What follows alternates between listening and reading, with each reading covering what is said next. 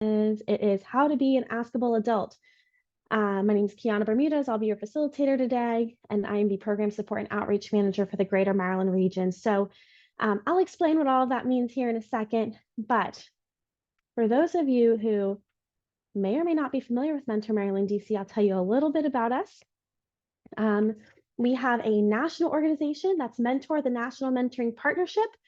We are a local affiliate of that. There are 25 local affiliates, and we are one of those. We are Mentor Maryland DC. So we serve Maryland and DC, and we hope to increase the quality, quantity of mentoring relationships across not only the country, but especially focusing in here in Maryland and DC. So we want to close that mentoring gap. We want to make sure that young people feel supported and have caring adults in their lives. And so we do that by supporting mentoring programs, whether that be through trainings like this, our regional roundtables, and just making sure that y'all have the resources you need to get all of that support. So with Mentor Maryland DC, we do have a few offerings and a few different resources for y'all. We're going to include these slides in an email follow-up. So all of these links will be clickable and you'll get those there. We share this as a PDF. But just want to highlight some of these for y'all to keep your eye on. The second one, free program consulting and technical assistance. I actually saw some of our consultants on the call. Hello, thank you for being here.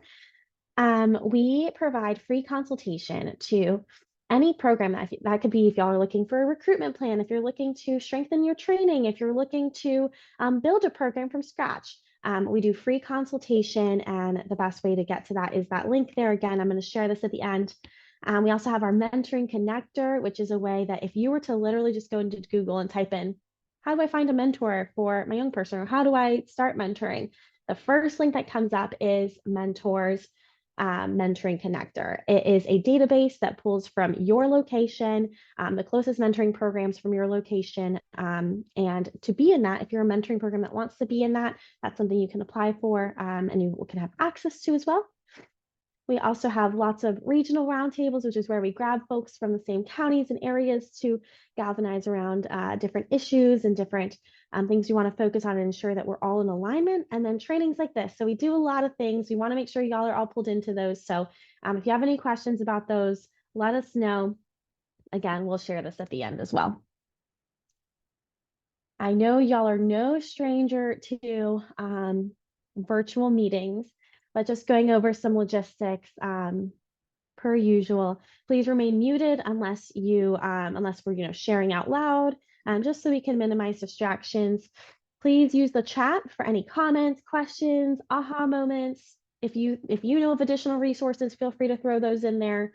And then, of course, if I'm calling on y'all or want y'all to engage, please engage. I would love for y'all to engage. And then your thing should be set to everyone. But if you have any specific questions for myself or Renee, who is also in the meeting today as our process facilitator, you can also direct those directly to us. Feel free to use the raise your hand function. And we also have an evaluation that you'll get at the end. Please fill that out. We'd love to hear any feedback y'all might have. But any questions, we'll have time at the end for questions and discussions as well. All righty. So before we jump in, we're just going to talk about some of our goals here, some of our standards, and we'll get into the meat and potatoes. So the goal of Mentor Maryland DC in this training is really just ensuring that one of our overall goals is to create community wherever we can. That's one of the biggest things we do. We really do believe that community is the cure and the foundation for learning, for being seen, for being heard, being understood. And we know this is what, most importantly, our youth crave from us more than anything else. So we're going to talk a little bit about that today. But in order to do that, we have some community standards. So just want to quickly go over this. This is going to help us ground in our space today. Community standard number 1 is that our community is open to all. We also, within that, want to acknowledge that there is deep-seated racism, sexism, homo and transphobia, misogyny, ableism, and all these things are very pervasive in our country and in our society. We want to make sure that y'all know that we stand against these isms and actively work to this aim, especially with our youth. This means that we must acknowledge that we also approach our work differently and beautifully within that. Our second community standard is to share openly. Not only sharing openly, but listening more openly and being open to when your sharing might hurt.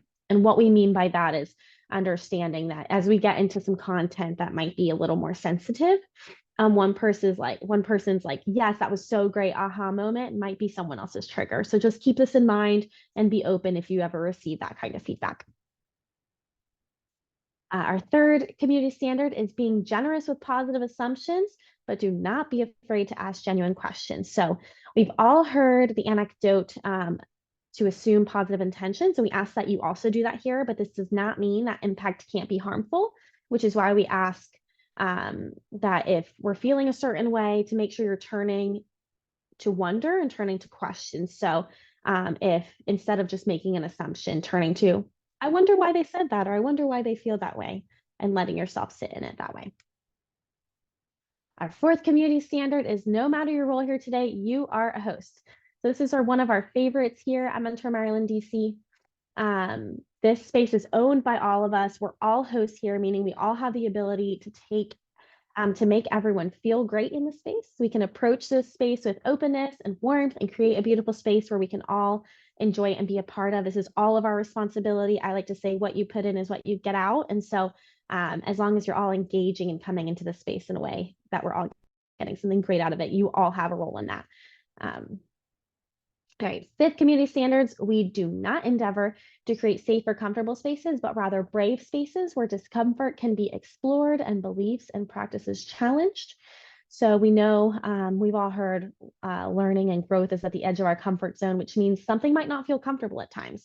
It also doesn't mean we're in danger. So let's make sure we're looking for those lessons in our emotions and our reactions and when those things feel a little uncomfortable. All right, we're almost there, team. Our sixth community standards is we want this community and experience to be supportive and educational, but also fun. So bring your full present self. It is welcome here. We want you to be yourself here and make sure you're also having a little bit of fun here today. And last but not least, no fixing, saving, advising, or correcting each other. And this is actually taken directly from one of our favorite tools, which is the Touchstone for Developing Trust framework. This is pretty self-explanatory, but if you do feel the need to deliver any feedback, just ask for permission first and make sure you're listening first. Make sure we're always leading with that listening. So thank you all for listening and walking with me through these community standards. In the spirit of transparency, we just want to let everyone know that if any of our staff feels that there's a violation of these standards, we do have the right to remove those or that individual, but of course with the opportunity to speak one-on-one with our team for resolution first. And if you have any questions about these standards during or after the session, or maybe need to report something or just have a question about it, please make sure you're messaging myself or Renee, who's also on this call, messaging one of our team members, or you can email us as well. All right, let's get into it. So that's me. My name is Kiana Bermudez, and I'm going to tell you a little bit about myself. So I am the Program Outreach and Support Manager here at Mentor Maryland, DC for the Greater Maryland region. So for all of you folks that are Maryland-based across many counties, I'm your main point of contact. Hello. I've been doing youth development and mentoring work for about 6 years. I'm originally from South Carolina, but I've been in Baltimore also for 6 years. I'm an AmeriCorps alum. I served from 2017 to 2018. I saw a few other AmeriCorps folks in here, so hello. I am first generation American born, first generation high school and college grad, and my pronouns are she, her. I share all of this to share that this is the lens I bring. These are some of the biases I bring into the space and just want to be open with that.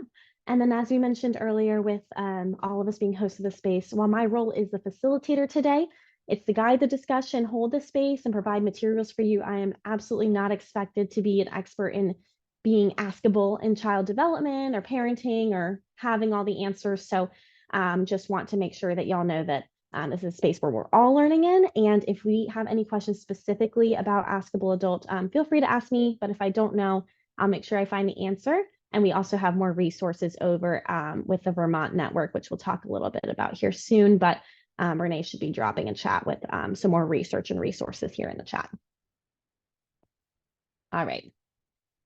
So today, our learning objectives, by the end of the session, we will be able to reflect on youth voices and experiences, identify qualities of Askable adults, explore skill building tools for better relationships, and practice communication and listening skills. Does that sound good to everyone? Awesome. And how we're going to do that? Our agenda today, we're starting off with a welcome and intro, which we're doing right now. We're going to jump into what makes an Askable adult, move on to reflecting on some of our experiences, chat about the 4 Askable adult skill areas, which is where we're going to have most of our time today, explore some possibilities and actions, give y'all some resources to walk home with, and then have some time for us to close out with some questions and discussion. Again, this is a hefty training, so please do what you need to take care of yourself. I'll be doing the same. I have some drinks and snacks here, so let's be gentle with one another and just hold space for one another. All right, so why are we doing this? What does an Askable adult even mean? So I briefly mentioned the Vermont Network. This workshop was actually created by the Vermont Network after a 2017 survey of 584 Vermont youth, where the majority of young people said that the number one solution, like their top solution to coping with various anxieties they had in their lives, would be having access to more supportive and askable adults. So in this survey, children and youth identified all sorts of concerns that stress them out in their lives. That was anywhere from drug and alcohol use, poverty, sexism and harassment, body shaming, bullying, homophobia, anything you can think of. But when they asked what would help, the young people repeatedly said that the number one solution would be more adults they could confide in. So we know children and youth are more resilient to stress and adversity when in meaningful relationships with at least one trusting, affirming adult. This is especially critical for young people who are working to develop a positive sense of self in a culture that often devalues them based on their identity, their ability, their background or status. So we want to make sure that we're equipping adults, like all of us, to be more askable and supportive for children and youth, because that supports their healing and resiliency for all youth, including those who've experienced trauma and toxic stress. So that's the why. That's why we're here today. We're here to make sure that we're becoming those askable adults that young people have said that they really want and really need. All right, so we're going to start off with a little story here. Let's see if this works. As we're listening to the story, just keep in mind, what do you notice? We're going to chat about it. And let me know if you can hear this. Can you hear this?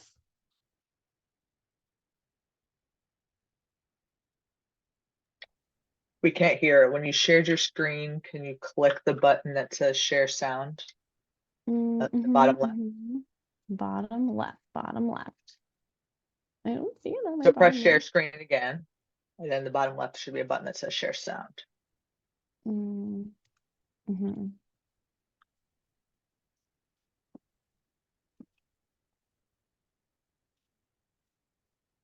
second, y'all. I am struggling. Let me stop share.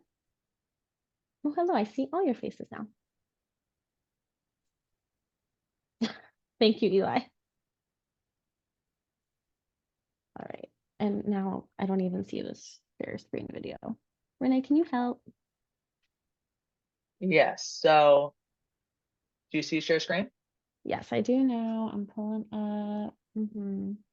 So at the bottom, there's Share sound. I found it. share Wow. sound. Okay. Optimize for video clip if you need to do that too. Yeah. Oh, okay. Cool. Got it. Okay. You're all gonna see yourself. Okay. And let's back it up. Boop, boop, boop. Hi, I'm Alexa. Hi, Right now? I'm Madu. So what would you tell other adults? What do they need to know about how to help youth feel comfortable? That maybe listen to the people who are talking to them and just like be understanding and ask questions because I know that for myself, when people ask questions to me, it helps me understand like where they're at because like sometimes adults will just like say when they don't actually understand you, and then you keep going and then they can't follow you. So just like asking questions is important. When you were growing up, were there any askable adults in your community that you felt you could turn to? It's a good question. I don't know that I really feel like when I was 9 years old, I had as many people that I could trust as you can. I think as I got older, they were like some of my counselors at summer camp, and then I don't know. I think it like makes me feel like I want to cry a little bit. um, Part of what I really love about the way that your like parents have chosen to raise you is that I think you really understand your feelings a lot, and it's easy for you to be able to name what you're feeling and like talk about it, and even just like know that you're feeling really frustrated with your brother and like be able to ask for help and all that. I think it's really incredible gift, and it's part of why I like spending time with you, because you like do know how to talk about your feelings, and I think it's just such an important skill to have, because knowing how we're feeling actually helps us like have healthy ways of dealing with that, as opposed to ways of dealing with our feelings that might like hurt other folks or hurt ourselves. I don't know, it just feels really important to me. I think I feel glad to be a person like that in your life, and glad that you, special being who I love, feels like you have a lot of support from folks who really see and love you. And everybody deserves that. Yeah. All adults can strengthen relationships with the young people in their lives. Learn how to become a more askable adult by visiting the Vermont Network website at vtnetwork.org. All right. So in that story, what did y'all know? What is something you noticed that Maru said about what makes an adult askable for them? You can unmute. You can let me know in the chat. I guess a good way to sum it up is a certain level of comfortability. Mm-hmm. It's easier said than done to get a child to talk to an adult in, I guess, a fairly mature manner, but it does require a lot of genuine patience. And if you have that, they'll open themselves up to you. It's really about communication and trust. Mm-hmm. That's really good. Anyone else? I would posit that consistency as well, because I wouldn't expect after meeting with a young person once or twice for them to divulge everything. But like if you keep showing up, then they see that you're a consistent and dependable person in their sphere, then slowly but surely, I'm sure they would be more comfortable with divulging whatever they need to want to with you.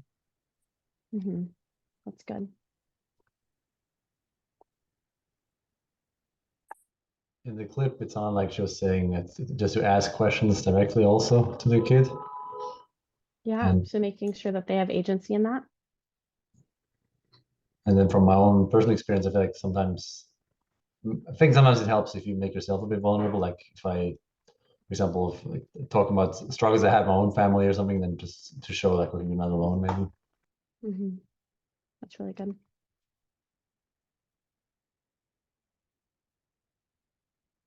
Okay, one or two last thoughts.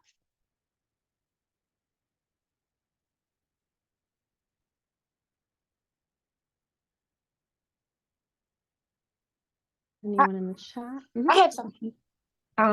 So I do like how she mentioned instead of saying like as the adult saying because that I do feel like even like when I talk to my mentees or my daughter, it when you say like or you have like a lot going on, it kind of seems like you're brushing them off, like you're really not listening. So I like how she said that. And then when you do ask questions, it does allow you to like direct your attention solely on them. Because I know with programming, a lot can be going on.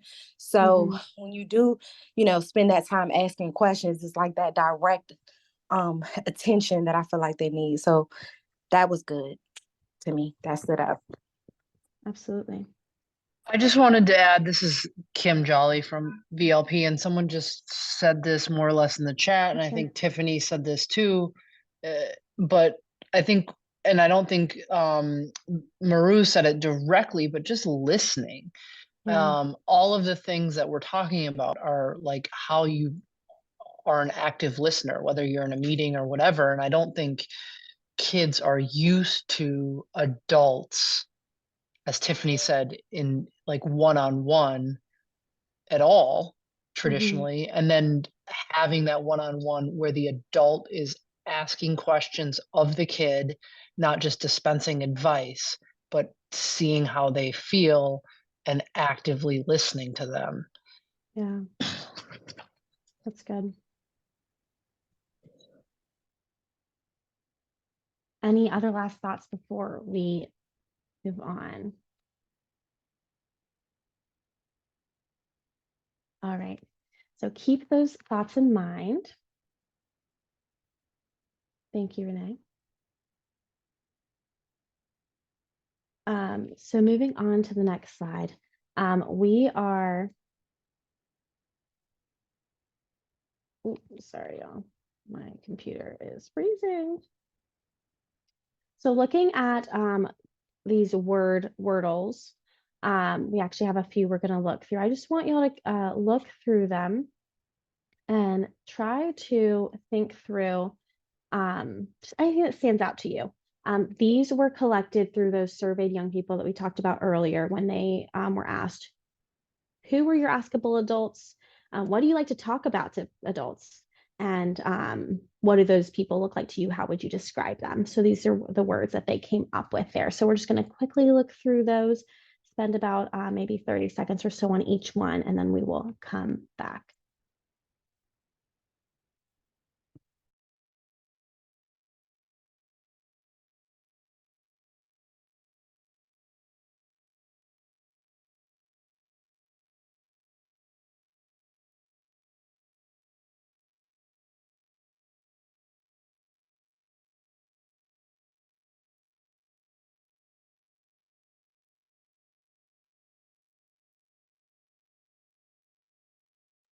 And we can move on to the next Wordle. So we're just going to look through all three of them together.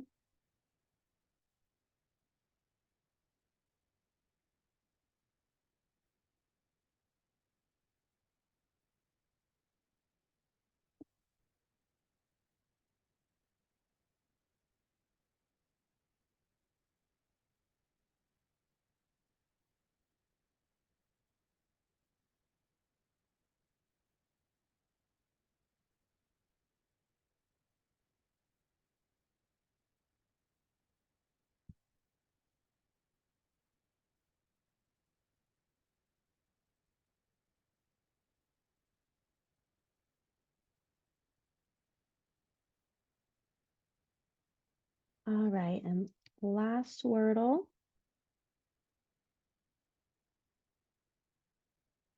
All right, we'll take a few seconds there.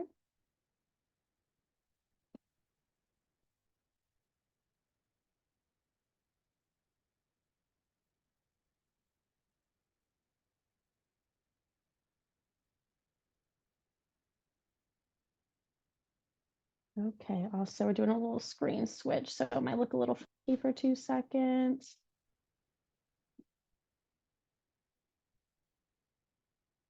Okay.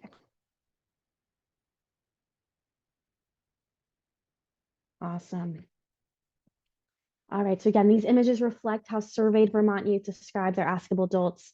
Again, in the chat, or feel free to unmute. Do any of these words surprise you, inspire you, resonate with you? My favorite one is tea. I'm not sure if that means, in my mind, I'm like, we're spilling tea together. Anyone else?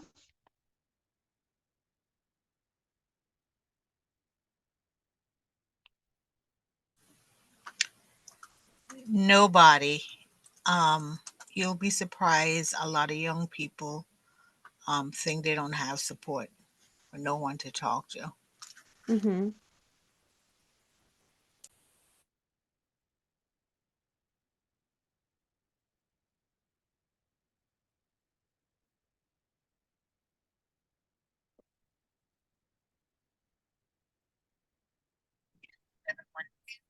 Hi, this is Cassidy. Can I ask a question? Of course. Okay, so I apologize. I had a call, so I had to step off. Am I correct in saying we're picking out terms from this photo that stand out to us? Yes, we're picking through, sorry, my screen share is like really bugging right now, y'all. We're picking through, there were 3 different wordles, and this is how young people described their askable adult or their caring adult. So we're picking words that either resonate with us, surprised us, just anything we want to chat about there. Okay, I would like to highlight the term something wrong at home. Mm, The reason why is because I was in a workshop and I just kind of got like kind of overwhelmed because they were talking about all these problems that stem from at home. And I know a lot of times we can think that when there's problems at home that like a child is kind of, I don't want to say a lost cause, but we start to think very pessimistic about their outcomes and their what they will have access to. But it stands out to me because it's our job as adults in other environments for them to offset whatever is mhm, wrong at home. So I just want to say something wrong at home is not like, a death sentence or something like that, because even if there absolutely. is something wrong at home, we can offset that. And that's what we're there to do. Yeah. Yeah.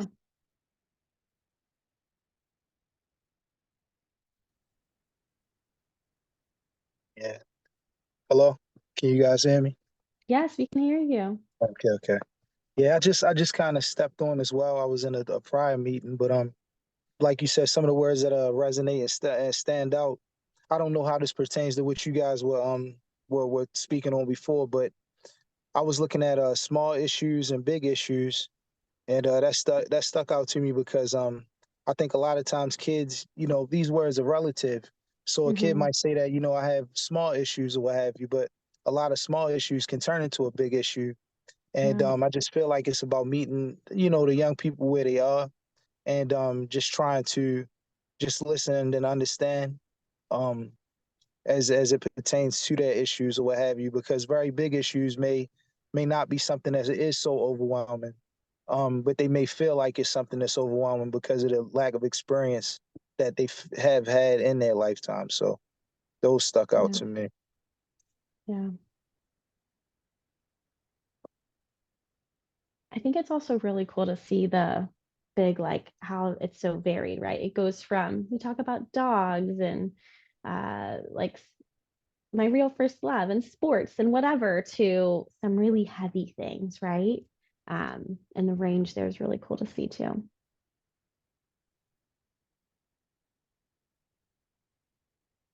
Anyone else? Is there anything in the chat that I might have missed?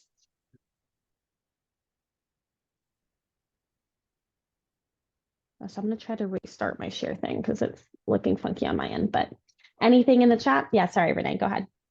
Oh yeah, I'll read the chat while you're taking care of that. Thanks. Linda noted, I love the conflict of ask questions and don't ask questions, which I think is a good point, right? It's all about how you do it, taking Mm-hmm. into consideration the nature of your relationship with the young person, and your permission to ask questions and not. Mm-hmm. And We something, not. right, that right, the juxtaposition between anything and nothing, right? Is that sometimes it feels like young people are what's the word I'm thinking about? I'm thinking of opsa.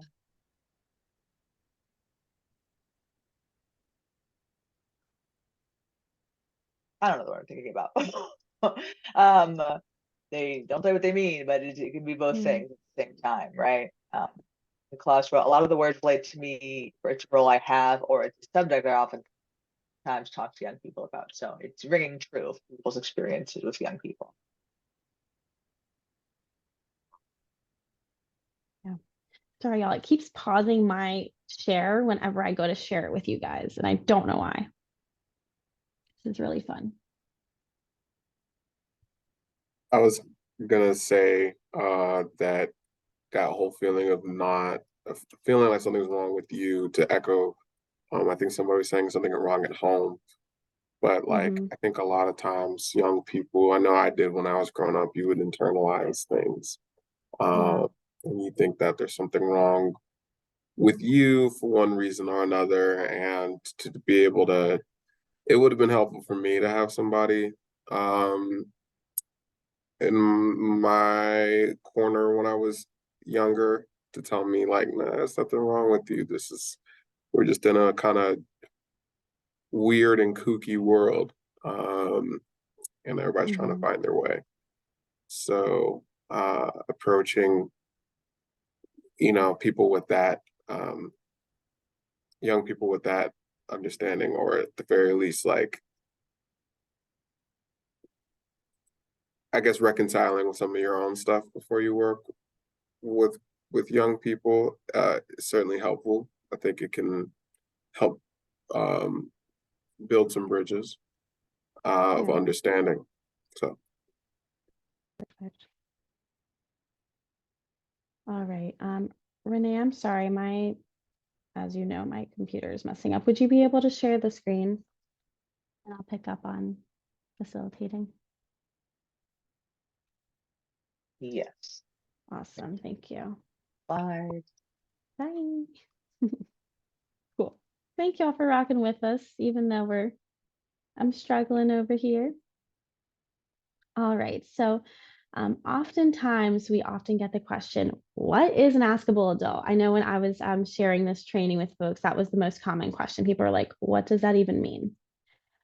So again, this is going to be a very interactive training. It's going to be me asking you lots of questions. So first question, when y'all heard the term askable adult, what did you think that meant?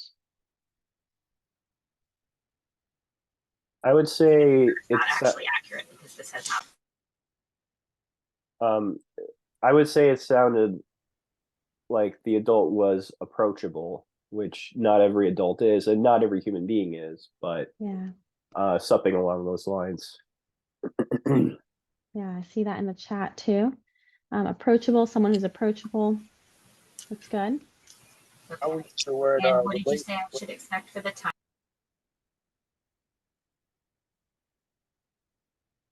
Go ahead, I'm sorry. Sorry, I was saying I would use the word relatable. That's good, Devin. Welcoming, interested, awesome.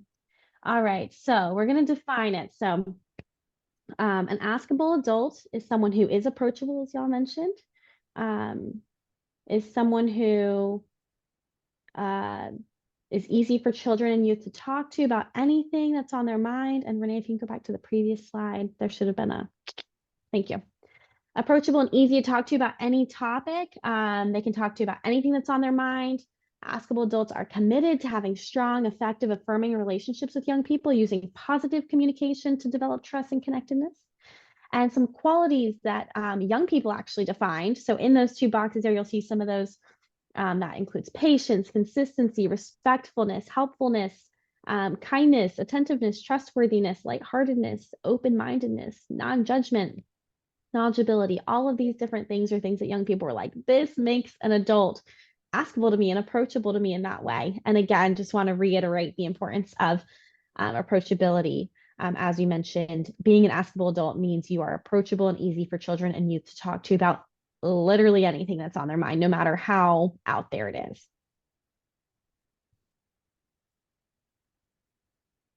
All right, so we're going to reflect on our own experiences and what askable adulting has meant to us in our lives. So we're going to split up into some breakout groups and we're going to answer some questions. I do want to preface this by sharing that some of these experiences might be difficult for some people. So remember, you do what is most comfortable for you. You can share out loud in your group. If it's more comfortable, you can write things down to yourself. You can share aloud, you can think internally, whatever is best for you. But we're going to take about 5 or so minutes in groups, and then we're going to come back to share. Okay. So we're going to go through and answer these questions as we get these breakout groups set.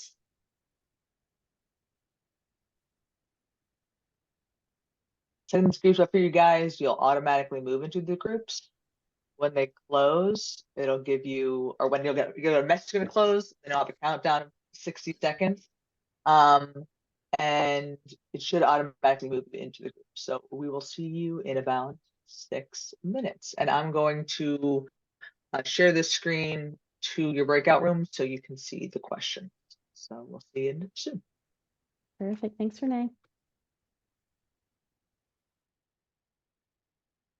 The first question, I think we were all a little stumped, thinking about who do we have as an adult.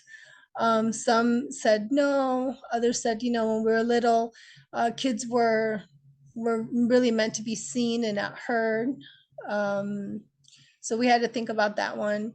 And then we asked, who was your askable adult? And I wrote in like an elder, some said friends, co-workers, some mentors, and things like that.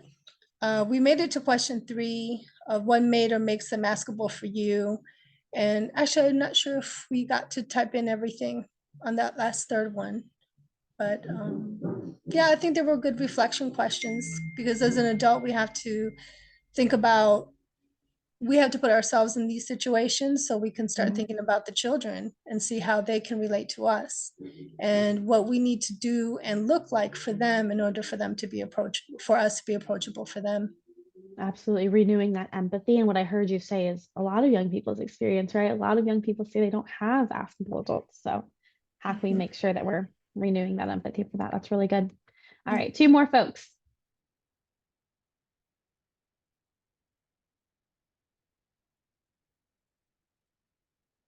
I lost connection to the Zoom for a moment, but coming back, the common theme with everybody in my breakout group was that the askable adults in our life tended to not be in a formal education setting, not necessarily our teachers, but camp counselors and coaches and babysitters. Good. That's a really good observation. All right, 1 more person. Coming from living on the south and west sides of Chicago as a young child, we didn't have counselors, therapists, things like that. And our askable adults were other children or older children, which wasn't always good. So, and I didn't have an askable adult, and that's what has led me into this work and helping other children and organizations. So, yeah. Thank you. Joanne, thank you for the work that you do and working to become one of those askable adults that many of us needed. If I can, I guess, contribute my response, I can boil it down to, I guess, growing up on the spectrum, I had a lot of difficulty in school and communicating. And I mean, I still have that problem now, but, as cliche as it may sound, on top of my parents, most of my askable adults were paraprofessionals or teachers or doctors or anything like that. And also just additional family members. I felt like I learned a lot from like adults growing up, because I feel like when you're a child, you look up to adults as I guess like guides to be a better person, so to say. And I think by the time I had matured and gone to like high school and even college, I was in a slightly better place to where I didn't necessarily need them, but I still had to advance in spite of my difficulty progressing in a world that to this day doesn't fully understand how neurodivergent people work. Yeah. But I think we're getting there ever so slowly. Thank you. Yeah, thank you for sharing that, Eli. You're welcome.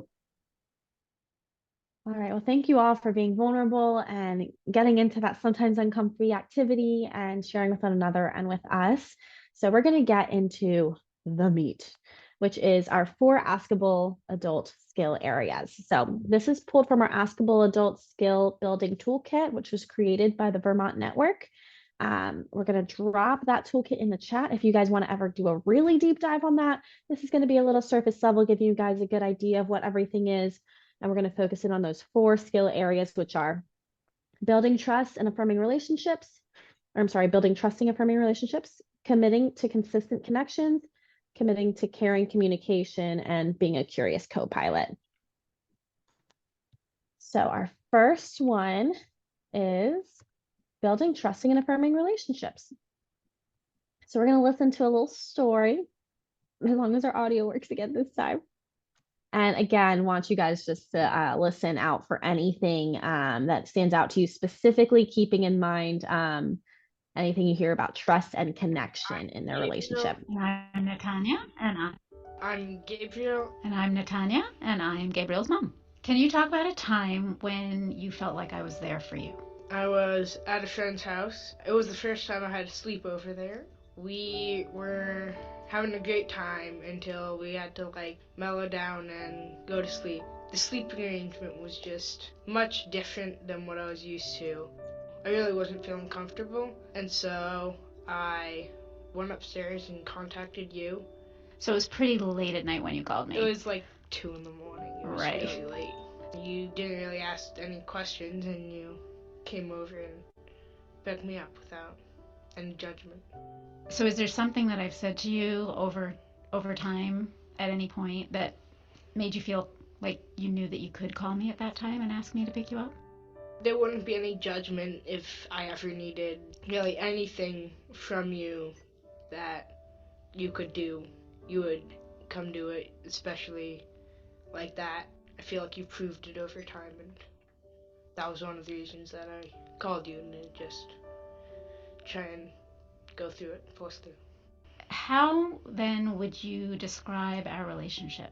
I feel like there's a strong bond almost where we trust each other a lot, but there are some times when it's a bit shaky and we can get angry at each other, and but every time we get that relationship back and we can trust each other a lot more. And do you feel like it's gotten better over time? I feel like over time it was a bit shaky, and now it's getting stronger. Yeah. Awesome. I'm glad to hear that. Love you. Yeah, I love you too. All adults can strengthen relationships with the young people in At a sleepover there. I think that's a really sweet one between Gabriel and his mom, Natanya. So what did y'all notice about their trust and connection? What did y'all notice about how trust and connection was built there? I mean, it's pretty similar to how a lot of relationships are built with children and their parents, in that it does take a while, but with proper care and attention, you'll get somewhere a lot faster. That makes sense. Yeah.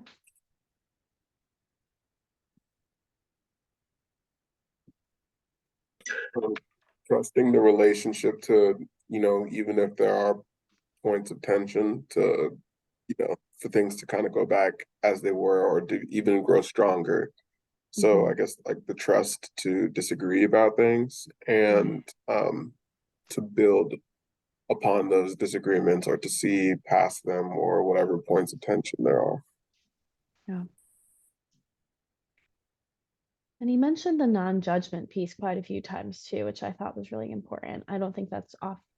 I don't want to say that's not common, but I think that we probably all have experiences when we were young people with adults who we felt like we couldn't go to because of fear of judgment.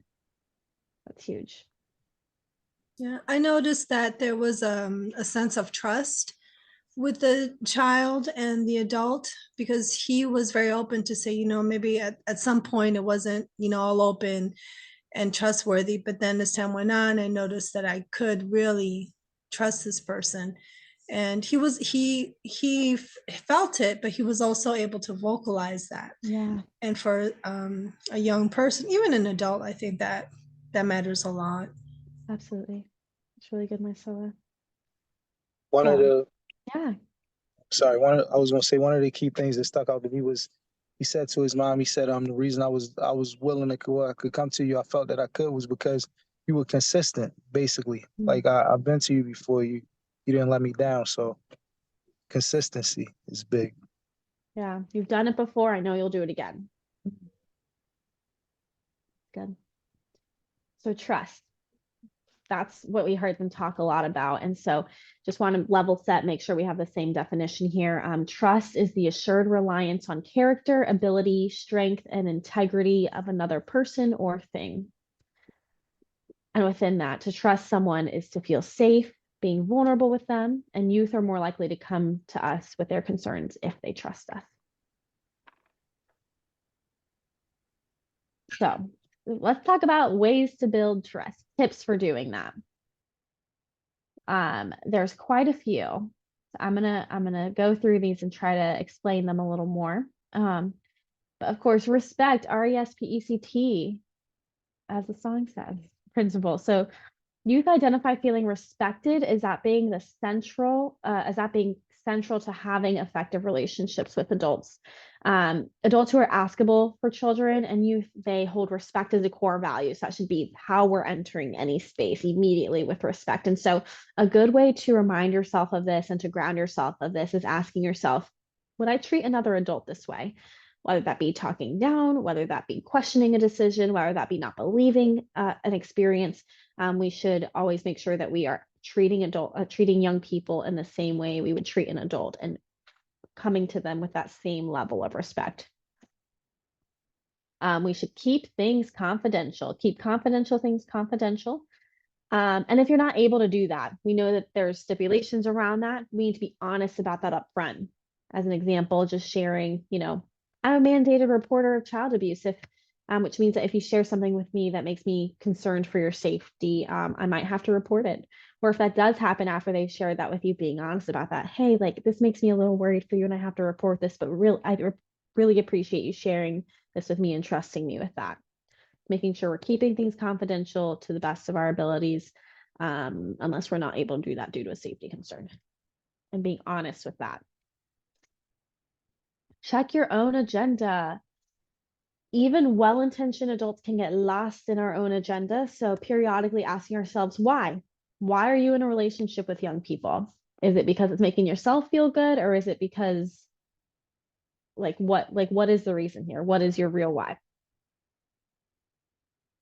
Allowing space. So remembering that young people are in the process of developing their identities and values. Making sure we're giving youth a space to reach their own decisions and information they need to do so in an educated way. So again, going back to respect and believing youth when they tell you who they are. Trusting relationships are formed when youth understand that they're not required to share your values in order to be loved by you. I'm going to repeat that because that's a big one.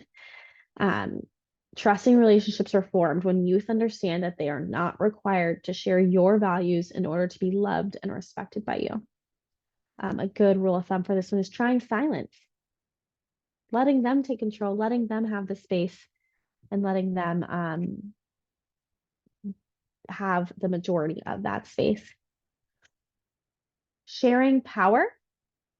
So within this one, keeping in mind that remembering that our society grants more credibility, authority, and power to adults, especially more to adults than youth. So an example in this one is making sure you're including young people in decision-making.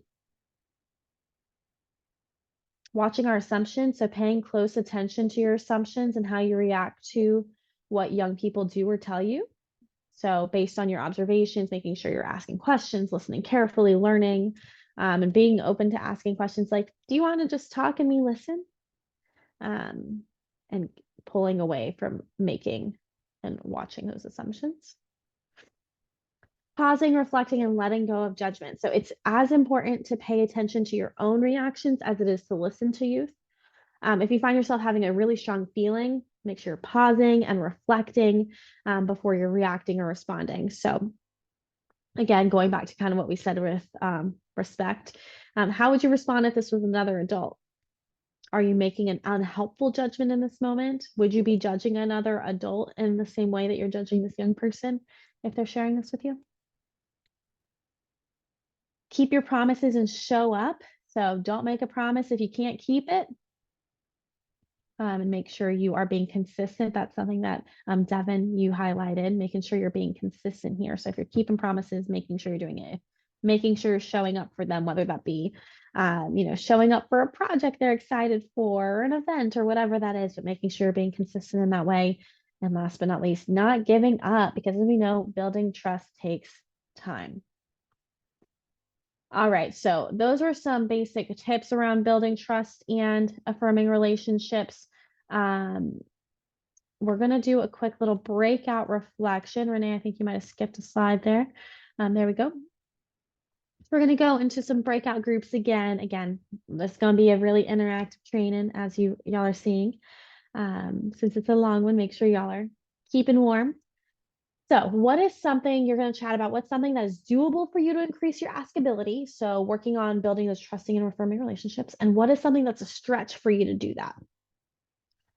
We're going to break out for about, we'll make this one about 4-ish minutes, 4 or 5 minutes. And then we'll come back and I'll have y'all share out again.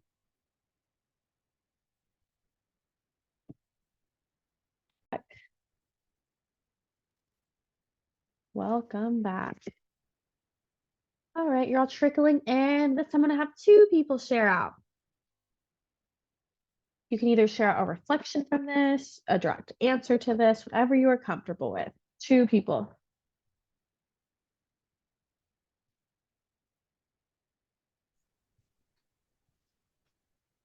In our group, one thing we said that is very doable is being there, like consistency, like showing up. I think that's the easier part. And then the harder part, I think, is withholding judgment and just like just accepting that what you think, how things should be done is not necessarily how other people think about that, like that. Absolutely. It's really easy for us as the adults to be like, well, I know it's right because I've done it already. Thanks, Martha, for sharing that and being vulnerable with that. All right, second person.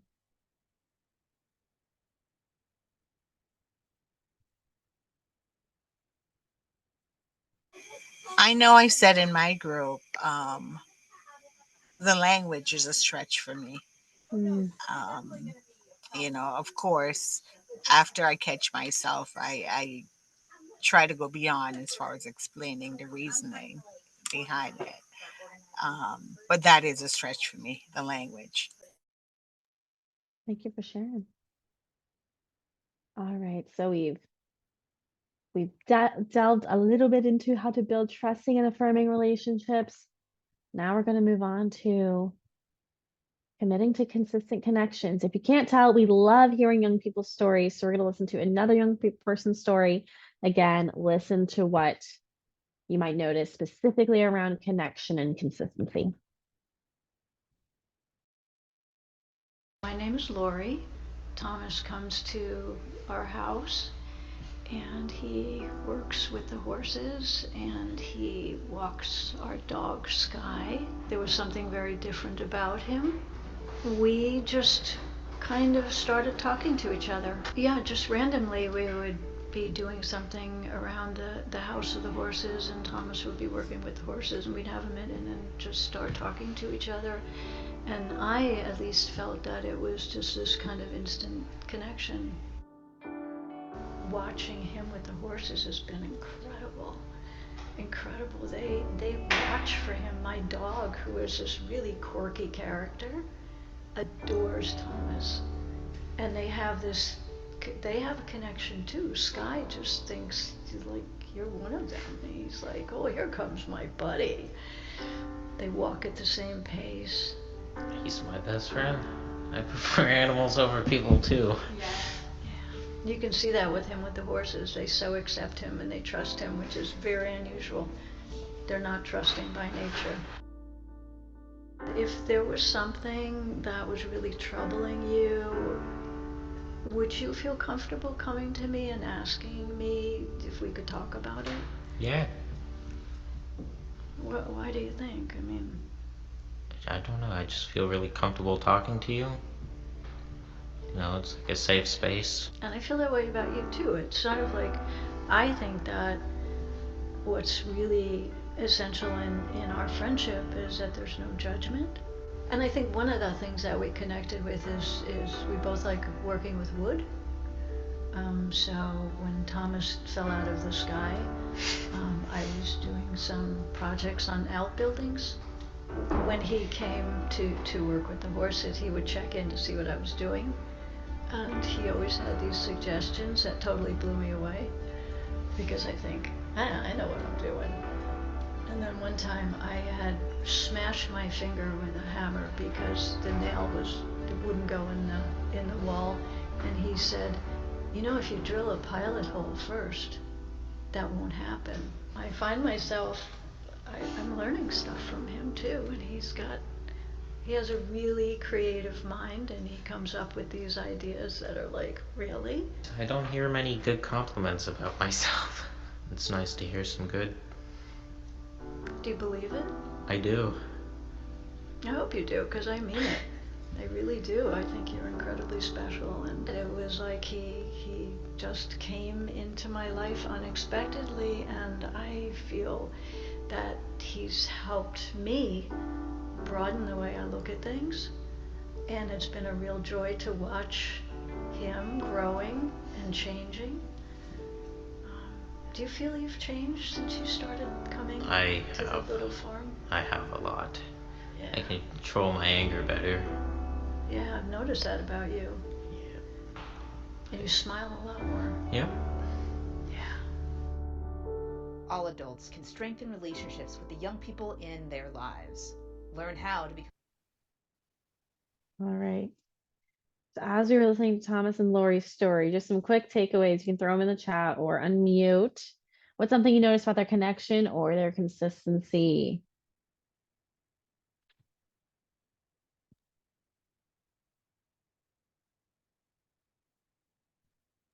It sounded like they were on the same level with each other.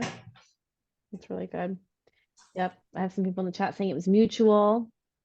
They were open and friendly towards one another. I also think it was really cool how she mentioned, and I was learning from you. It was reciprocal. Yep. They enjoyed each other's company, both able to learn. There's respect. All very good. Awesome. Let's delve into how.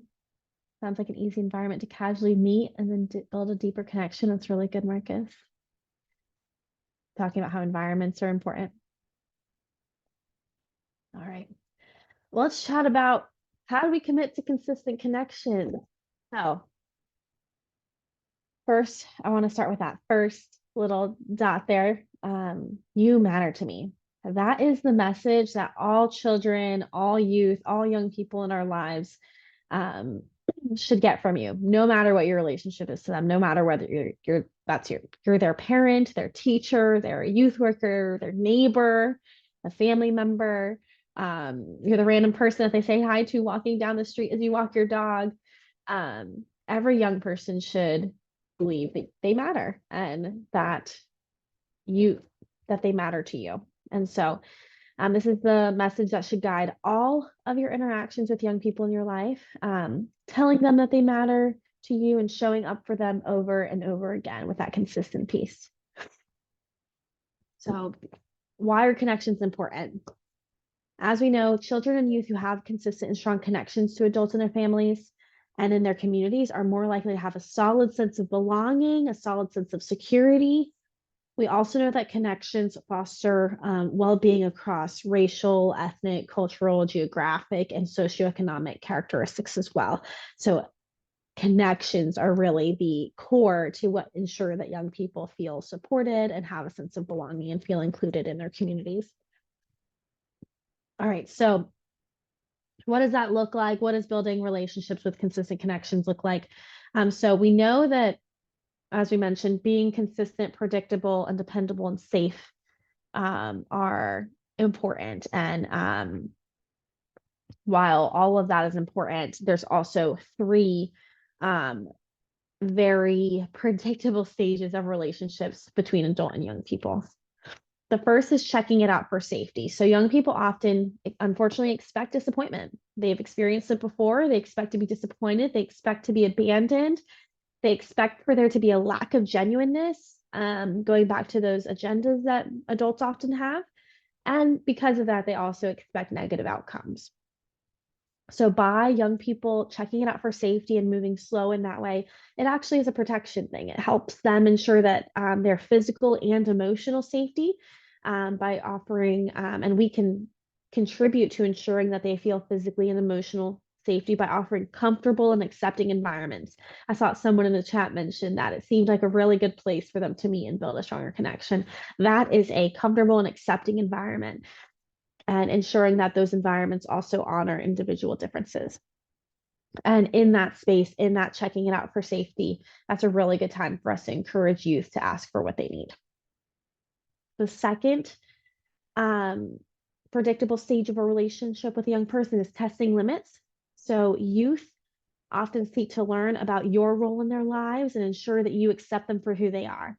So with that in mind, definitely be forgiving of a youth's desire for reassurance. And as y'all know, all of y'all, I'm assuming, have worked with young people or have young people in your lives. Young people will test you, and they are retesting you to explore how consistent you are, how predictable you are, and how dependable you are. So ensuring that we're consistently responding with unconditional positive regard, and the idea that, hey, I'm not going to change my attitude based on something you say or something you do. Like, I am here for you unconditionally. This relationship is here unconditionally. Whether you say something really mean or you do something that might be hurtful, like, that doesn't change that you matter to me. And the last one is genuineness. So as we know, when trust is built in small moments over time, that then creates that predictable and dependable connection.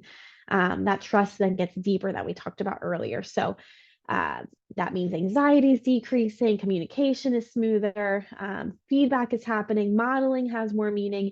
And so then once we get through them checking it out for safety, them testing the limits, and then being like, wow, this is a safe space. They actually do care about me no matter what I do or say. Then we reach that level of genuineness where that trust is stronger and communication is smoother and all of that good stuff. So those are our like main stages. Let's move into how do we do that? How do we build those consistent connections? So here's some quick tips. I'll go a little deeper into these if you're taking notes. So paying attention.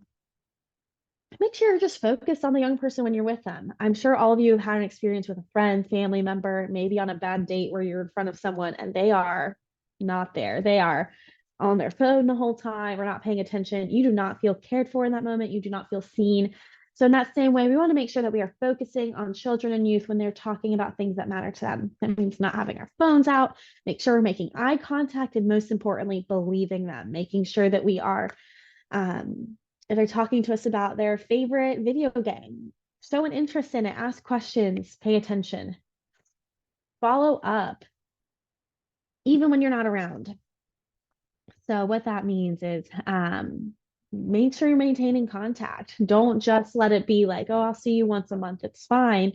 But make sure that you're checking in. If you know something, if they're going through something challenging, follow up with them, shoot them a quick text, just being like, hey, I know you had that hard test this week. How'd it go? Don't wait for them to bring it up, but feel free to send a quick message to just remind them that you are present, you do remember, and you are there. I know personally, I actually will set reminders on my phone, like in my calendar, like so-and-so's birthday, so-and-so's test date, so-and-so's X, Y, and Z, just because it helps me remember and be intentional about following up, especially when those dates are important to people. Make time for lightness. We know that we all feel more connected and have those deeper connections when it's not always just so serious. So we also feel like we can have fun with people. So make sure you're bringing in humor, you're bringing in fun, and you are creating opportunities for laughter as well. Find satisfaction in doing things with or for and with them. So that really just goes back to showing up for them. Youth need to believe that we value spending time with them. Whether that be showing up, like you might end up having to sit on some cold bleachers and watch some very long game, but I promise you that young person will be thrilled to see you there. And then also melding your interests and making sure that they feel supported and feel shown up for. Shifting levels of support, this is a big one. So when youth are struggling, make sure you're giving them support. Make sure you're giving support when young people are struggling. And when they're coasting, take note of that. And that's okay. You can give them less support in that moment and not hover, but make sure you're shifting those levels of support as needed. And that also means you have to go back to paying attention and knowing when those things are happening. And you're probably sensing a theme here as this showed up in our last one, but don't give up. Consistency matters. And we know it, again, builds time and takes time to build that consistency, but making sure that we're consistent in doing that. So unsimilar to last time, I'm going to ask y'all to just quickly in the chat, share maybe 3 connection tips you find most important. You can quickly unmute if that's easier for you. But if you're like, man, I really like sharing music with a young person, or oh, I find that this question always gets them talking. Again, I am not the only expert here. I'm not an expert here. This is y'all's space. So please share any resources, share any things. 3 connection tips that you find most important, or 1 or 2.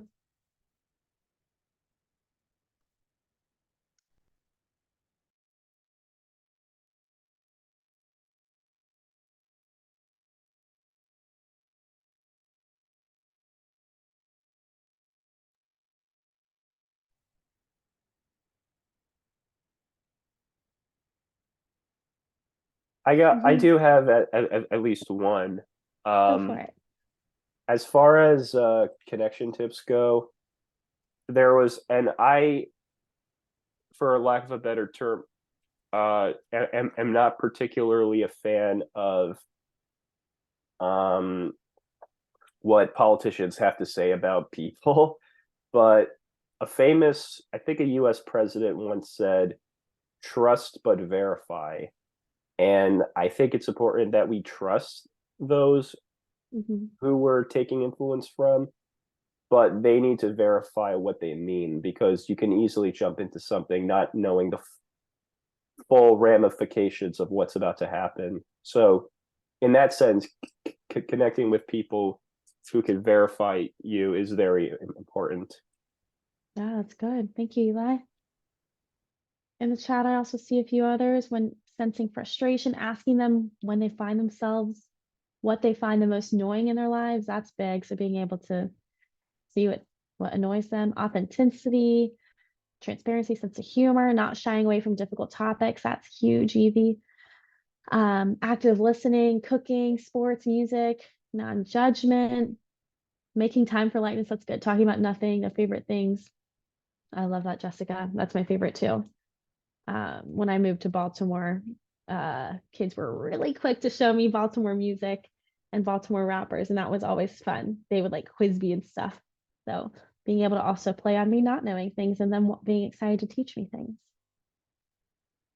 All right, sounds like y'all are pros. Yes, congratulating them. Thanks, Philip. All right. So we talked about committing to consistent connections. We're going to jump into our third. Yes, Ray. Any other things that they have in common? Shows, anime, things like that, connecting with them. These are all great, folks. Moving into our third skill area. We're almost there. Y'all are troopers. Committing to caring communication. So there's a quick little quote here. Do you want to vent or do you want advice? Just learning now after 40 years on Earth that this might be the most important question to ask whenever a friend or loved one is upset. So, Marcella, I'm glad you're saying that because I'm about to ask y'all in the chat or unmute. Y'all are pros at this because I've asked you this almost every other slide. I have a question for you. Have you ever tried this approach with a youth or maybe someone else? If so, was it helpful to you? If not, do you think it might be helpful, especially in communicating with youth? Renee says, yes, me and my husband do this. That's awesome. Yes, my daughters and I, because now they're adults, I have to realize that, the relationship is different. So I do have to ask permission. Am I a listener here, or I can give feedback? So yes. That's good. Yeah. One of I, my friends is really good at this. She'll always ask is before I even start, she's like, am I in listening mode or am I in fixing mode? I would kind of well, maybe not argue, but I would kind of give a bit of a what's the word? Well, I would just say that I think it's good to vent about a lot of things because at least in my experience, it makes people a lot healthier when they get something off their chest. But there does come a point where if you vent too long, then maybe the people around you will end up getting upset. So it's important to vent to a certain extent, but then it comes a point where you just gotta step back and say, okay, like I didn't mean everything I said there. Yeah. So on the other end, it sounds like you're saying also making sure asking if people have the capacity to listen. Not everyone's always in the best headspace to listen when we want to vent. Another thing I was going to add is one of the great things that I've learned throughout my time as a mom of a teenager, as well as mentoring teen moms, is the availability that we have to influence them.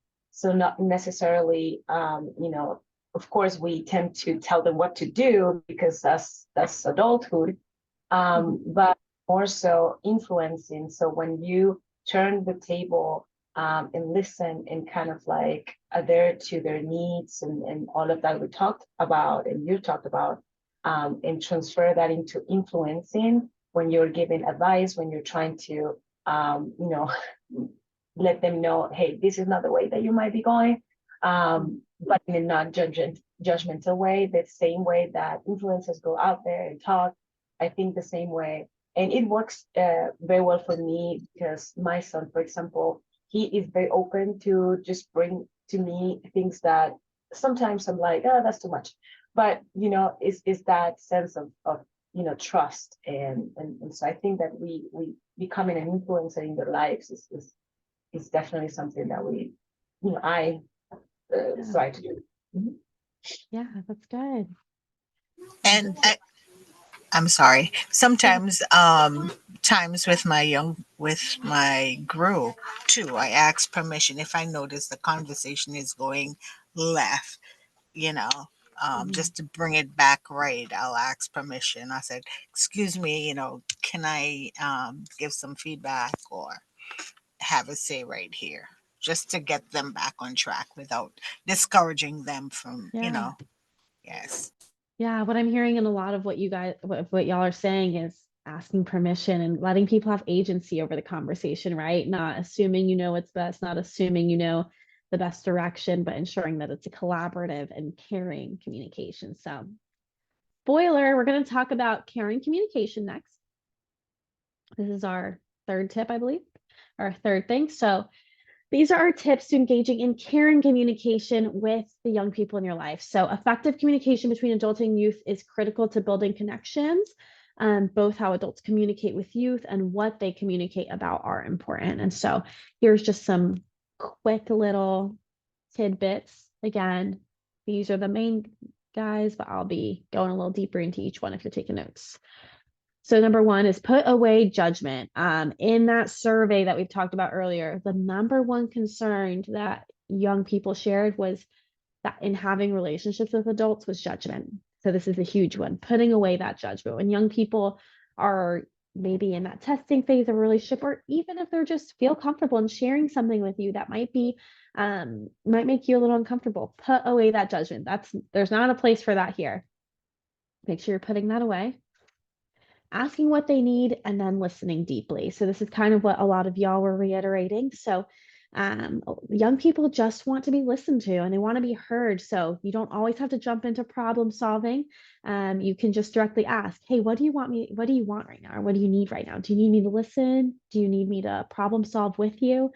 Most of the time it's just listening. Wait.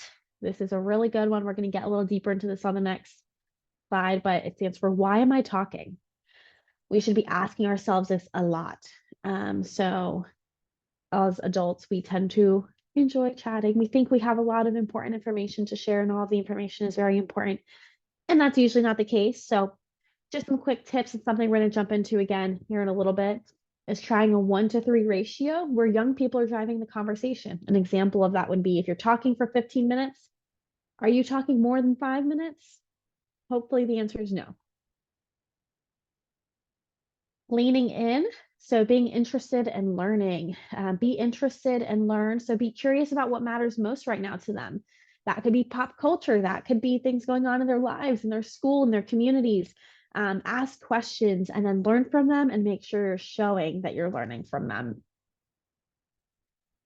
Talk about boundaries and limits. Young people actually really appreciate knowing your limitations. So tell them up front. That models honesty, that models dependability, that models predictability and integrity. And so it helps them be able to talk about their own boundaries. So if you're setting that example and saying, hey, this is one of my boundaries, just wanted to share that with you up front, that then gives them a space to be able to share any boundaries that they may have as well.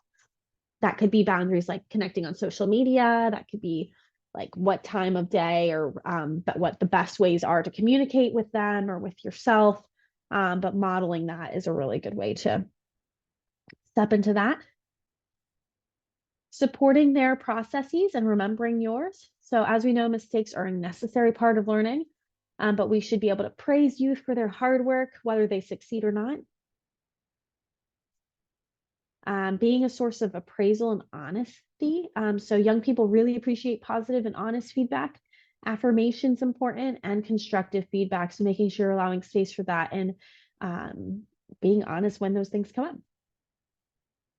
Understanding what's happening in their lives. This kind of goes back to being leaning in and being interested in learning, but listen to music that they like, watch the shows that are important to them, kind of like what Ray said with if they like anime, maybe try watching an anime show and being like, hey, I watched that episode you told me about. Young people love when we try to connect with them and understanding what's happening in their lives. This also goes back to asking lots of questions. Revisiting difficult conversations in small doses. This is a big one. So this shows you care and that you're able to give conversations room to grow and evolve until each of you are more comfortable to have those conversations. Maybe they shared something really big, but they're like, I don't want to talk about that anymore. That's okay. Wait until they are. And last but not least, again, don't give up. Communication is an ongoing process. This is something that we are consistently building on to make sure that you are not giving up when it comes to caring communication. All right, so as promised, we're going to practice wait, the why am I talking situation. Instead of breakout rooms this time, I'm actually going to ask for 2 volunteers. If you could do the raise your hand feature in here. Thank you, Eli. Need one more. I didn't even tell y'all what you're doing. You are already volunteering. I appreciate y'all. One more volunteer. Thank you, Marcus. All right, so we're going to pin y'all to our screens. Everyone can see you. And one of you is going to choose to be an adult, and one of you is going to choose to be a young person. We're going to do a little role play situation. Adult. Okay, so Marcus and Eli. Do either of you have a preference on being the adult or the young person? I could be the young person if that's okay. Awesome. Marcus, you cool being the adult? For sure. All right, so Marcus, I'm talking to you. I need you to try to think of a topic that adults love to lecture on.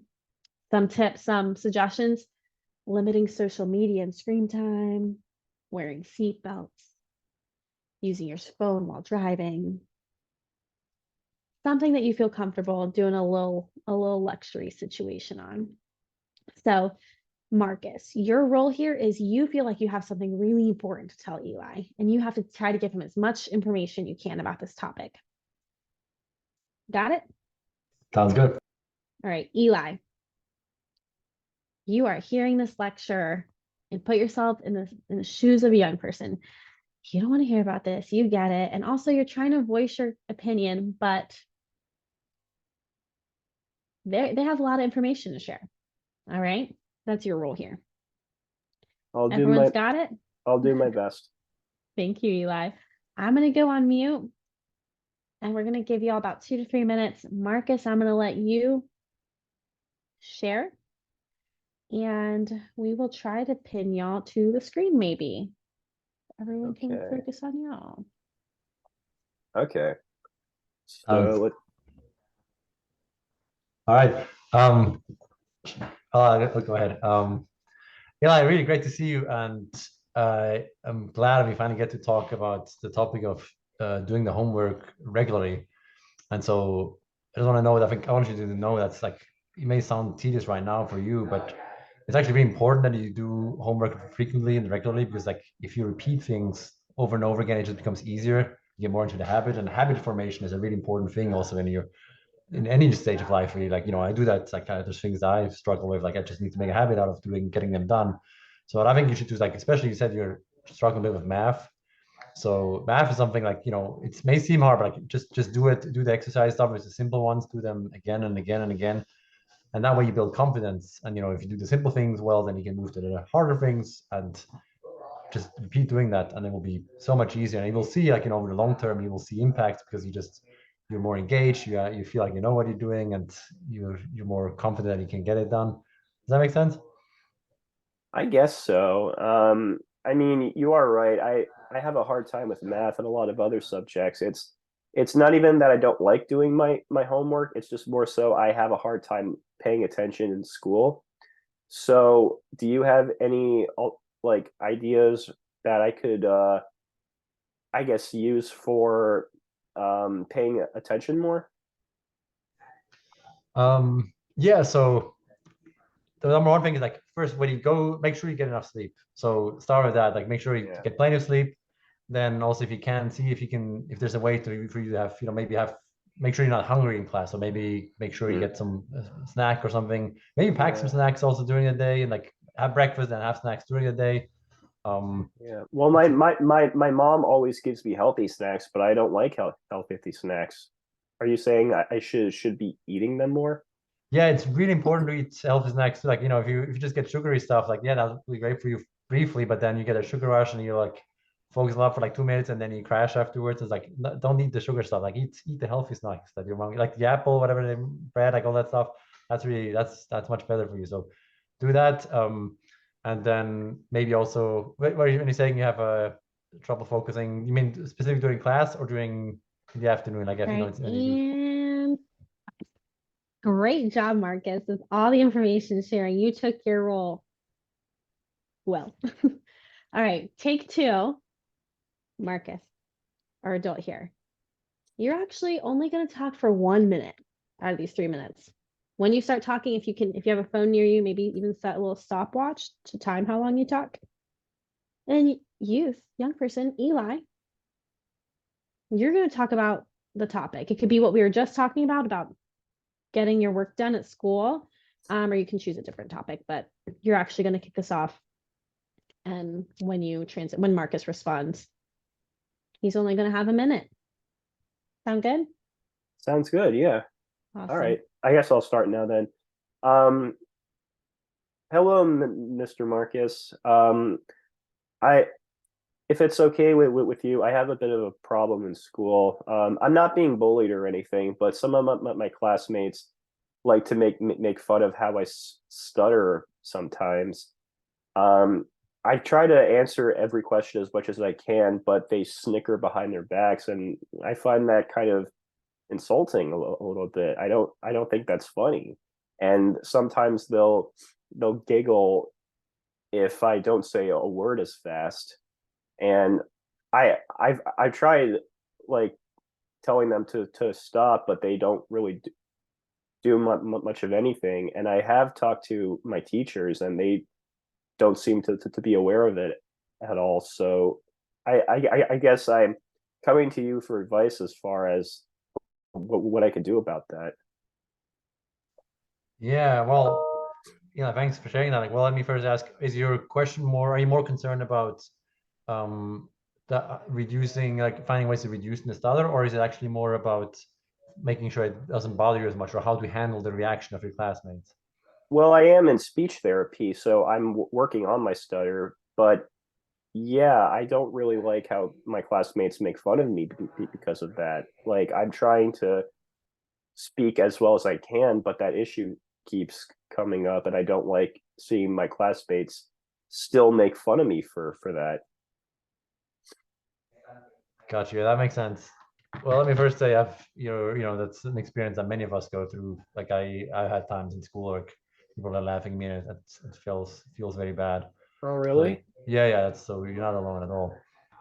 Um, so I would say some things that come to my mind is one is understanding that everyone has something they struggle with. Some people are okay, stuttering is one thing, sure, but like some people struggle with some classes, some people struggle with sports, some people struggle with all kinds of things, right? So know that you're not alone in this, and that's something where sometimes the reason why people snicker at other people, make fun of other people, sometimes they have problems that they're worried about, and they use it's easier to make fun of someone else so that hopefully they are not the ones getting made fun of.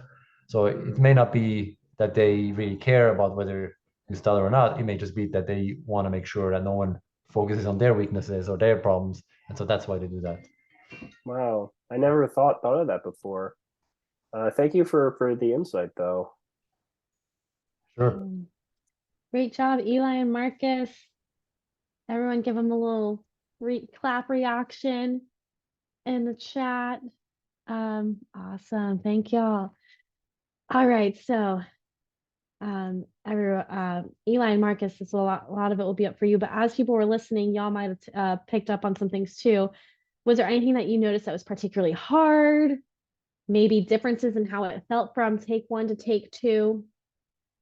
I think take two I mean, I'm only speaking from what I experienced, but I think take two was a bit easier to talk in. I felt like there was an easier groove as far as talking about a subject that people can relate to. Like, I'm not the only one who had a stutter growing up, of course, but yeah. That just I feel like that felt a lot more natural. Yeah. It immediately to me went from take one, adult was like, I have information to share. It was very lectury. To take two was young person was sharing something organically that they wanted to share, which felt more collaborative, right?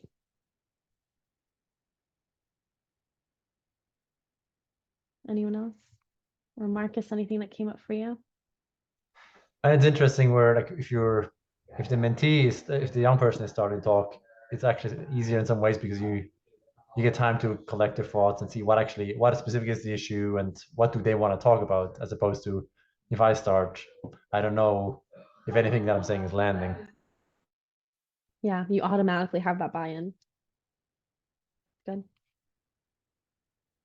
People who are watching, anything that stood out to you, you can throw it in the chat too.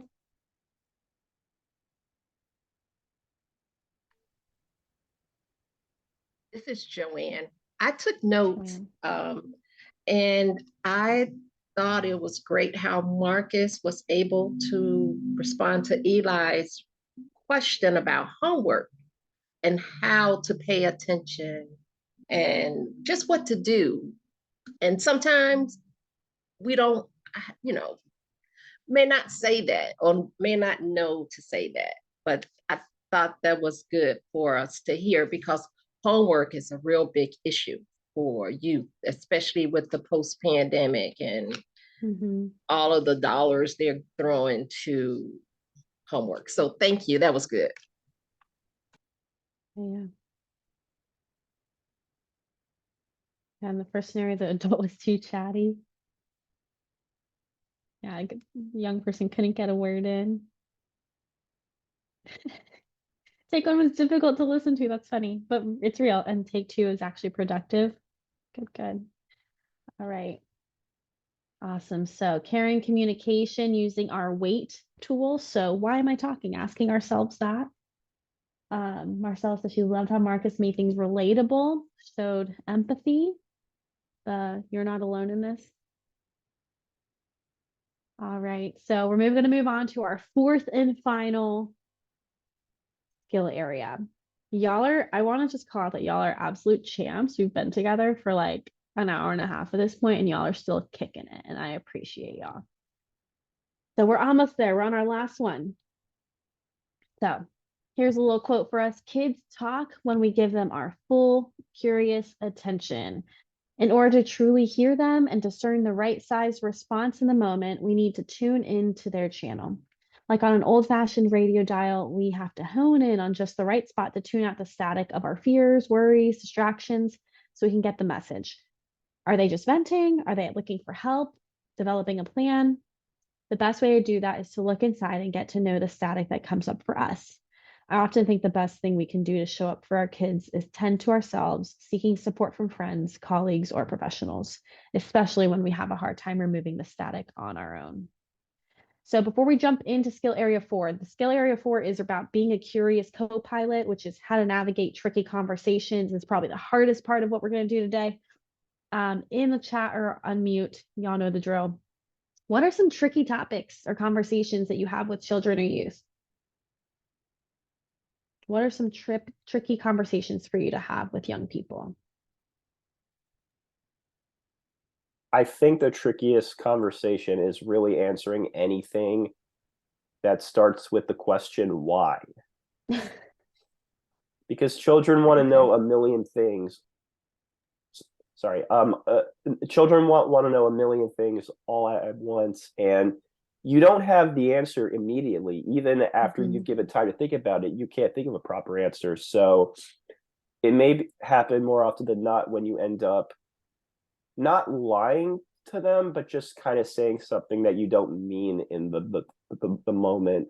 So it's a tricky conversation, but it's something that always allows for improvement. Yeah, that's good.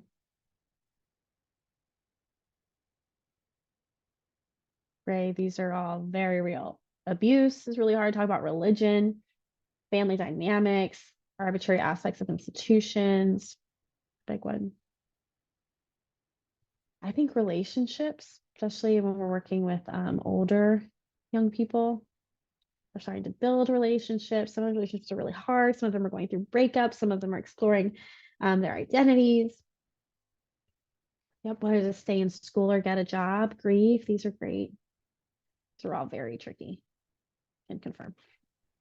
Can I add something regarding the relationships? Please do. Yeah, one thing I find when young people are asking regarding their relationships, I often will say, if in fact have they talked to their parents, what did their parents kind of say, or get suggestions of what their peers are thinking regarding that question that they asked me. It's a little tricky, especially now with the whole gender roles. So that in itself is very tricky, because I'm sure if folks have Christian beliefs or Muslim beliefs, different things, that's going to sway what you say to that young person. So it's just tricky. So kind of just being led by the Spirit, what you believe you should be sharing. Absolutely. It's been my experience. Yeah, so what I'm hearing partly of what you're saying is making sure you understand what's going on in their world. What are they hearing from their peers? What are they hearing from family members? How can we make sure that, going back to one of the other tips we talked about, they know that we unconditionally are there for them regardless of their values or our values and how they may align. That's great. So we're going to talk about how to navigate these tricky conversations a little bit. I'm going to Renee's going to throw some questions, not to answer right now. These are some good ones to write down for later, but just some questions to ponder that relate to the quote we were just talking about. So just talking about some fears and such, just some good like extra homework if you'd like, but let's go into how to be a curious co-pilot, how to navigate those tricky situations. So youth do not expect adults to know everything. Surprise. They don't expect us to know everything, but they do appreciate us being honest and giving helpful information. So tips for being a useful resource in the situation. The first is being honest and direct. That is key. Young people want to make sure that if we don't know that, we're being honest about that. Hey, I'm not sure, but I'll find the answer for you. It's okay if you don't know the answer to something or that you don't know what just to say. but be willing to explore. You might be askable, but that does not mean that you know everything. So if you don't know the answer to a question, collaborate with them, collaborate to finding helpful information together, and be comfortable with silent spaces. Just listening and asking questions might be exactly what they need. That might be perfect. Break it down. So when youth are trying to solve a problem, when a young person is trying to solve a problem, help them break it into smaller, more digestible pieces. Help them find their own solutions. You can ask curious questions. That could look like, hey, so what could you do differently to tackle this problem? Helping them think through that and be able to tackle it themselves rather than telling them what you think they should do or what you would do. Asking helpful questions, remembering that young people probably have the answers themselves. You could ask them, what have you already tried? Have you ever had a similar problem? What worked for you then? Do you need more information? Do you need more information to be able to solve this? Can I support you in getting what you need or want? Thinking outside the box. So you can offer information or practical help. You can offer to connect them to other adults or resources. So if you don't have the answer, you might have a best friend down the street that is a perfect person to talk to about this. How can you make sure you're leveraging some of that social capital? Can you give them a ride? Can you help them find a job? Can you work on their college essay with them? Can you throw around a baseball and get them distracted from something they're really in their head about? Making sure you're thinking outside of the box of other ways that may be helpful in the situation. Similar to what we were just talking about with connecting to other adults and resources, but broaden that web of relationships. How can you connect them to others who share that same interest, or even just folks who can expand their world? How can you can ask about and encourage their development of meaningful relationships with adults. Maybe they're talking about, hey, I think my new coach is really cool, but I don't want to talk to them. Like, I'm a little intimidated. How can you encourage them to build that skill up and build those relationships with these other adults who could be really impactful in their lives? You can look up local and other resources together. So you can model this by sharing times that you've had to ask for help before, because we've all had to do it. Youth want meaningful conversations and practical information about their concerns. So it's okay to Google it. As we said, we're not expected to always have all the answers. So this can include anything that you're unsure about. We actually have some resources to share regarding like how to talk about sex ed, how to talk about drugs and alcohol, and all these other tricky situations. I'm gonna pass that to y'all on the resources slide, some resources on that. But if y'all have any resources, feel free to throw them in the chat. But again, youth want those meaningful conversations and practical information on how to handle some tricky situations as well. And last but not least, again, in our theme, do not give up. Being a resource is ongoing. We are always learning. We're always developing our archives of ways that we can be resources. And so this is a great way for us to continue that work. So again, y'all, this is our last skill area. We are almost done. We're in the final stretch. In the chat, I know y'all love the chat today. In the chat, drop one of these tips, one of the ones bulleted there that you would like to circle back to.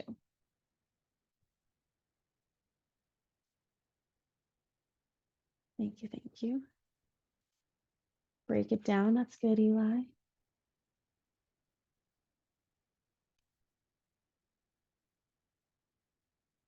Relationship web, that's good.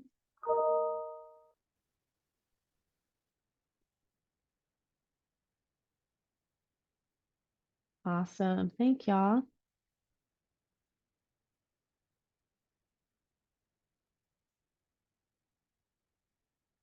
Jessica, yeah, that's a fun one. And it also shows them how, like, if they're not familiar with looking up resources, it's also teaching them a skill.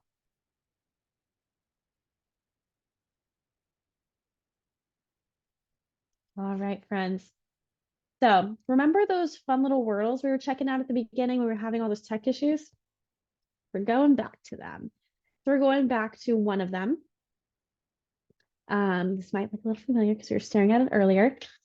So one of these topics, out of one of the ones you see here, these are specifically the ones in purple, I believe, or most of them in general. I think I'm wrong about them being purple. These are topics that young people wanted to talk about with their Askable adults. And wanted to be able to talk about with Askable Adults. Of the ones you see above, of the topics that are important to youth, which one of these would you want to learn more about? And again, if you have a resource for what that item is, drop it in the chat. But of one of these, which one do you want to learn more about? Unmute, put it in the chat. Let's work together to make sure that we are prepared to be Askable Adults.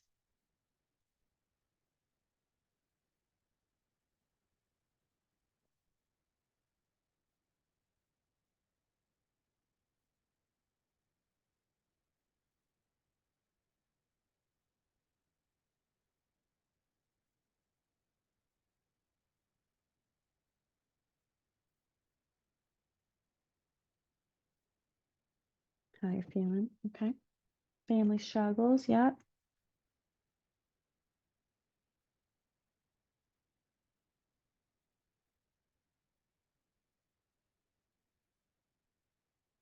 Gender dysphoria.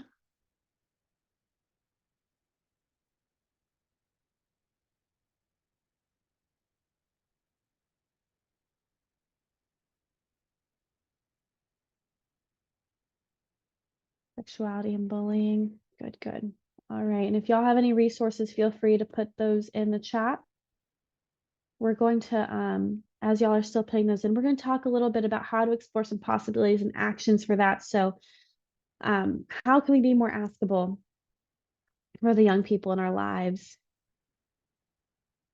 Thank you. So this is some, again, homework. Take a picture of this or write them down. But we're going to talk about some personal commitments. How can we make sure that what we're learning here today actually goes somewhere, that we actually do something with it? As Renee said, y'all will get these slides, but get out a piece of paper if you have it, or take a picture on your phone. I have my paper here that you can't see. There we go. And write down some of these commitments. This is some good homework for y'all to do, but just want to leave this on the screen for y'all. And if there's something that you immediately are like, yeah, this is a skill I need to work on, feel free to let us know. I know we are coming up on time, so I want to make sure y'all have all the resources you need. So moving on to our resources slide.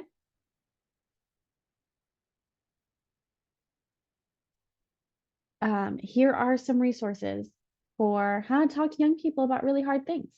So how to talk to young people about drugs and alcohol, sexuality and sex ed, romantic relationships, managing stress at home, school, with their everyday lives, some mindfulness things. Again, y'all will be getting these slides. All these links are clickable. If y'all have any additional resources, feel free to share them. I just wanted to make sure y'all had these and saw these. And that is really all I had for y'all today. So we're going to move on to just opening up for any questions, opening up some discussion. If y'all have anything you want to chat about, I'm going to turn it over to y'all.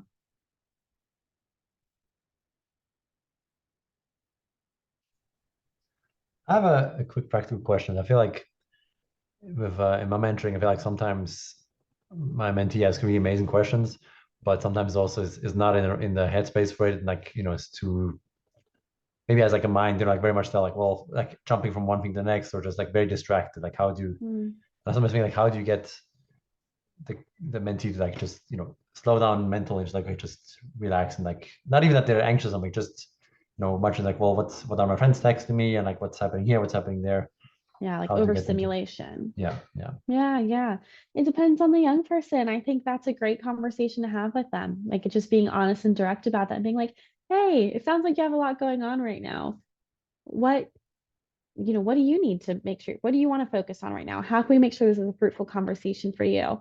And even providing them some of those resources. So in the resources tab, we actually had some mindfulness activities and such, and like managed stress management plans and stuff like that.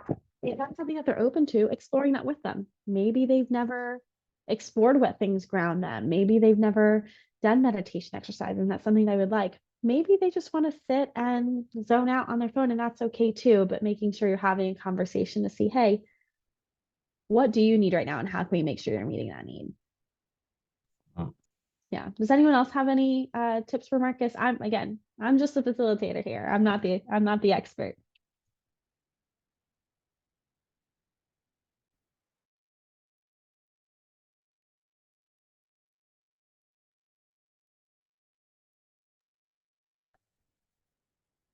Okay. Any other questions or things what people want to chat about?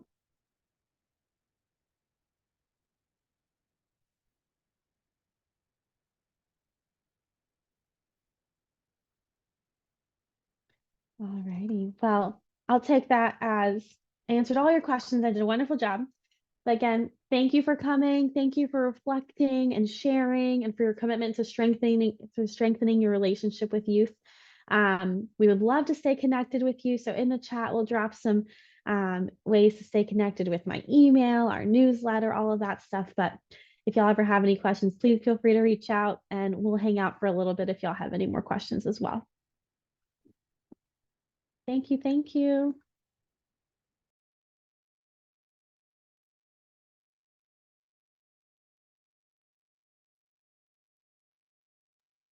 I guess oh, cool. But before I do get going, this will be we'll be able to access this presentation, right? You're muted. Yeah. Got it. We'll make sure we share it with y'all. Okay. Yep. All right. Thank you. Thank you. Thank you for being here, Eli. No problem. Have a good rest of your day. You too.